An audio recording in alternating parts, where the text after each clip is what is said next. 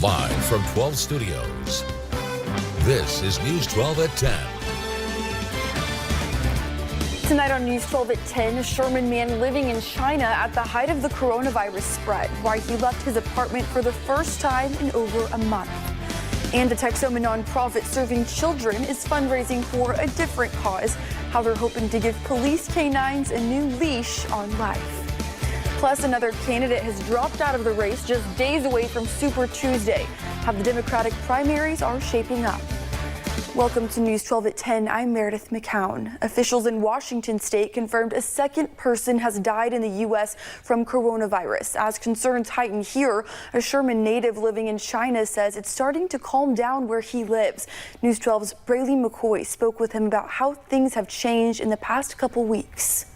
Michael Murphy was born and raised in Sherman, but moved to China in 2011 to start an English language school. He lives in Zhengzhou, about 300 miles north of Wuhan, where the coronavirus reportedly began. Contrary to what you hear, in America, it is getting under control. According to data from the World Health Organization, there have been 62 confirmed cases in the United States as of Sunday. Murphy says where he lives, things are starting to look up. Right now, it stands at about 70% of the people in my city have already recovered from it. Murphy self-quarantined for over a month to avoid the virus, but finally left his apartment for the first time this weekend. He says there's still a 19-hour mandatory curfew per day in Zhengzhou, so he can only go outside from 7 a.m. to noon. But he says about half of the local shops and restaurants have reopened, and before anyone can enter any store or market, there's someone to check their temperature before allowing them inside. The severity of this virus is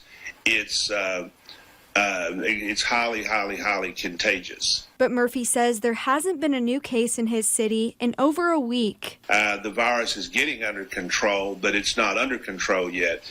In Sherman, Braley McCoy, News 12. A Medill police officer is in jail after a DUI crash last night. Police aren't releasing details at this time. They will be holding a press conference tomorrow morning. Sherman police say a 7-year-old boy is injured after getting hit by a car this weekend. It happened yesterday afternoon around 1 on LaSalle Drive near North Point Road. The boy's mom says he was riding his bike at a friend's house when it happened. She says they took him to a Dallas hospital to watch for internal bleeding, but he's been released. She says he has road rash, cuts, and scrapes. Police say the driver will not face criminal charges. Turning to weather, it's a windy night out there, but spring temperatures are headed our way for the week. Tom Hale is in the Weather Center. Tom, what can we expect?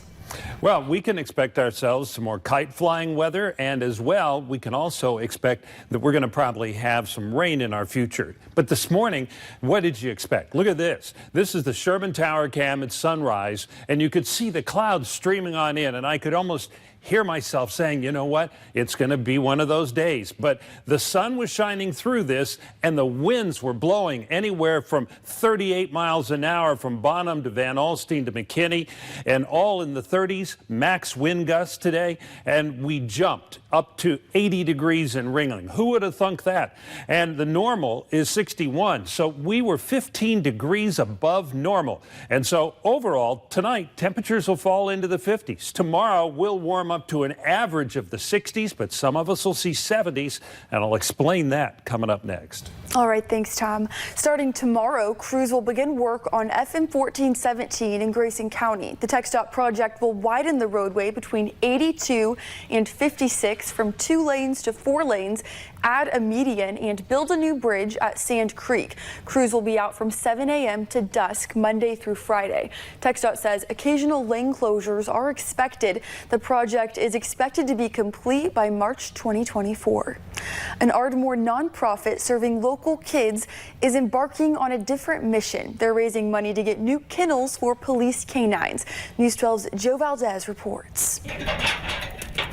This is Lucky, a 5-year-old German Shepherd and a police dog. Ardmore police are hoping to upgrade their kennels with help from Heroes with Hope, a nonprofit serving children in the community. He's my partner all the time. Corporal Cody Garrett says Heroes with Hope is collecting money to buy larger kennels for 3 canines. Each one will be 12 by 12 with a concrete floor and roof. It'd be very comfortable because they can be outside more often. It's cleaner, so they're not going to be sniffing dust or be in the mud.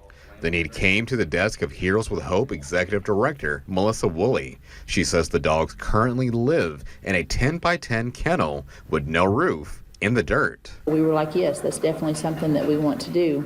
Woolley says the new kennels will cost between $3,000 to $5,000. So we have a separate account strictly for the canines. So if someone wants to donate to that fund, then that way we know that that's directly where it's going. Obviously they get.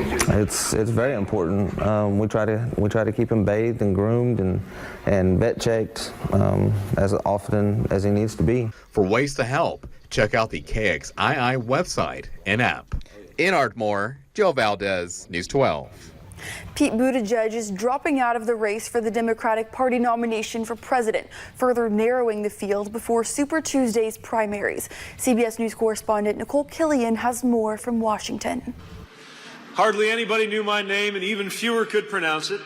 One day after a distant finish in South Carolina's Democratic primary, Pete Buttigieg is ending his campaign. I know that as this campaign ends, there comes disappointment that we won't continue. The 38-year-old former South Bend, Indiana mayor and Afghanistan war veteran was the first openly gay candidate to make a competitive run for the White House. It proved that Americans really are hungry for a new kind of politics, rooted in the values that we share. Voting is how we choose. Former Vice President Joe Biden was full of praise after his resounding victory in South Carolina.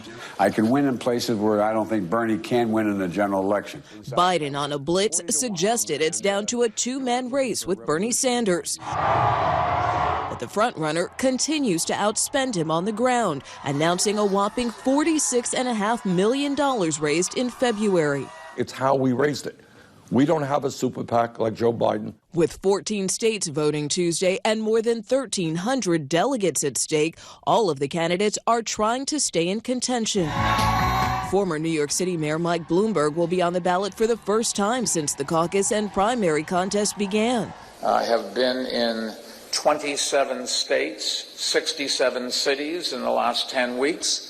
And we'll see what happens. But on Sunday, Bloomberg faced an icy reception at a Selma, Alabama church as some parishioners turned their backs in protest.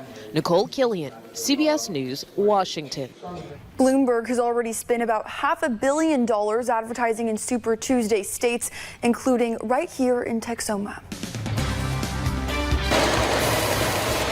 Well, you wouldn't wear them together, but they do have something in common: how these American-made caps became the #1 item in politics.